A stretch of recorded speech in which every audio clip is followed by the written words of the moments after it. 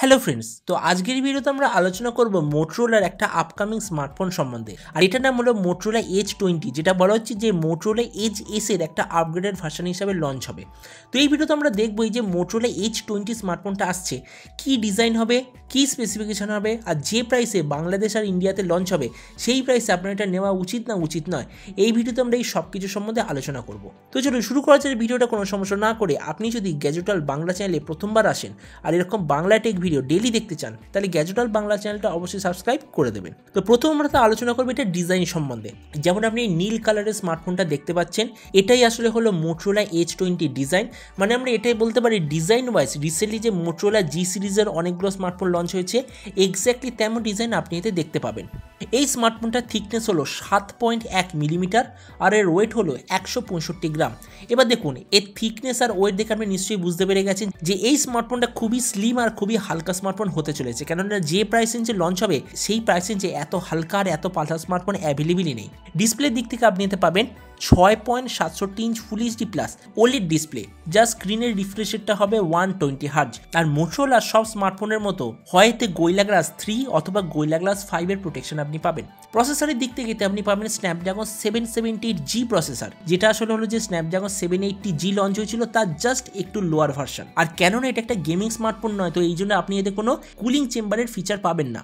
ক্যামেরার দিক থেকে আপনি পাবেন 108 মেগাপিক্সেলের মেন সেন্সার, তার সঙ্গে 16 মেগাপিক্সেলের আলট্রা ওয়াইড আর ম্যাক্রো সেন্সারের কম্বো, আর তার সঙ্গে যে তৃতীয় সেন্সার সেটা আসলে হলো 8 মেগাপিক্সেলের টেলিফোটো সেন্সার, যেটা ম্যাক্সিমাম আপনাকে 3x অবধি জুম দেবে।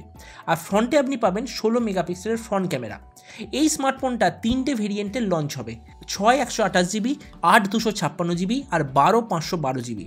এর র্যামের কোয়ালিটিটা হবে LPDDR5 আর এর মেমোরি কোয়ালিটিটা হবে UFS 3.1। আর মোটরোলার বাকি সব স্মার্টফোনের মতো এতেও আপনি শেয়ার্ড SD কার্ড দেখতে পাবেন। ব্যাটারি দিক থেকে আপনি পাবেন 3760 mAh ব্যাটারি, তার সঙ্গে 33 ওয়াটের ফাস্ট চার্জ। কেননা এই স্মার্টফোনটা একটা স্লিম স্মার্টফোনের ক্যাটাগরিতে লঞ্চ হতে চলেছে, তো অবভিয়াসলি কোম্পানি আপনাকে ব্যাটারি তো কম দেবে। তো ওই জন্যে আজকের দিনেও মোটরোলা আপনাকে 3760 mAh ব্যাটারি দিচ্ছে, যেটা অবভিয়াসলি একটা স্মার্টফোনের ক্ষেত্রে খুবই কম, কেননা অ্যাটলিস্ট 4000 বা 4500 তো হওয়ার কিছুই উচিত ছিল। আর এই স্মার্টফোনের কিছু বাকি ফিচার হলো যে এতে আপনি 3.5mm জ্যাক পাবেন, অ্যান্ড্রয়েড 11 দিয়ে লঞ্চ হবে, আর যে ফিঙ্গারপ্রিন্ট সেন্সার সেটা হবে আন্ডার ডিসপ্লে ফিঙ্গারপ্রিন্ট সেন্সার। তো এবার সবচেয়ে মেন জিনিস, এই যে স্মার্টফোনটা কবে লঞ্চ হবে, কি দামে লঞ্চ হবে। প্রথমে আমরা লঞ্চ ডেটটা বলি।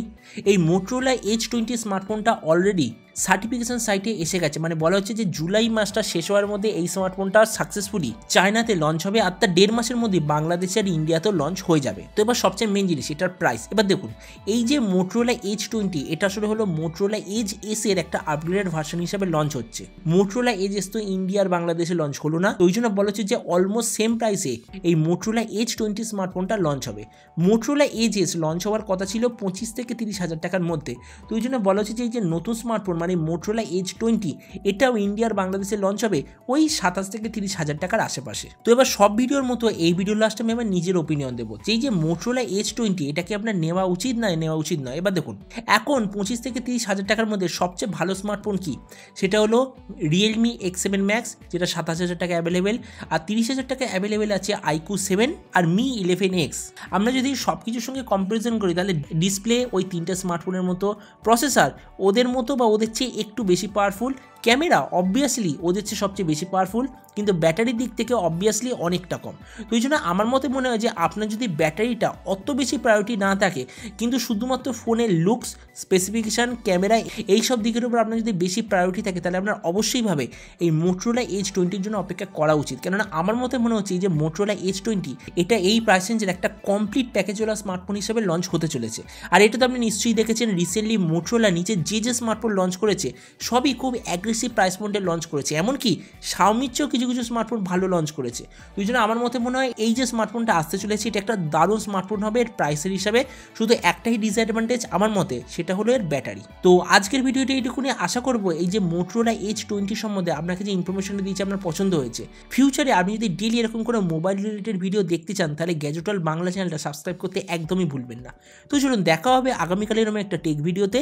Till then stay tune and always remember, think positive, be positive. Thank you.